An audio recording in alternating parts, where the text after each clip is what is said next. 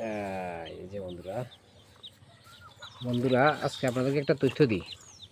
সেটা হচ্ছে এই যে যদি কখনো দেখেন যে ছাগল গাছের বাকলগুলো খাই ফেলতেছে, দেখেন আমার এই গাছের বাকলগুলো খাই কেমন করছে, এই সব গাছের বাকলগুলো খাই ফেলছে।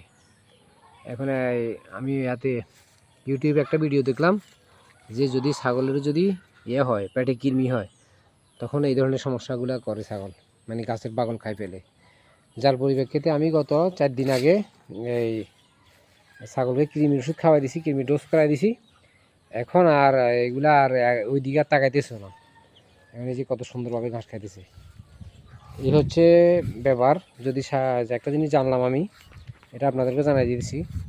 যদি ছাগল কখনো গাছের বাকল এভাবে খায়, তাহলে ধরে নেবেন যে ছাগলের হয়েছে, ওই যে পেটে কৃমি হয়েছে।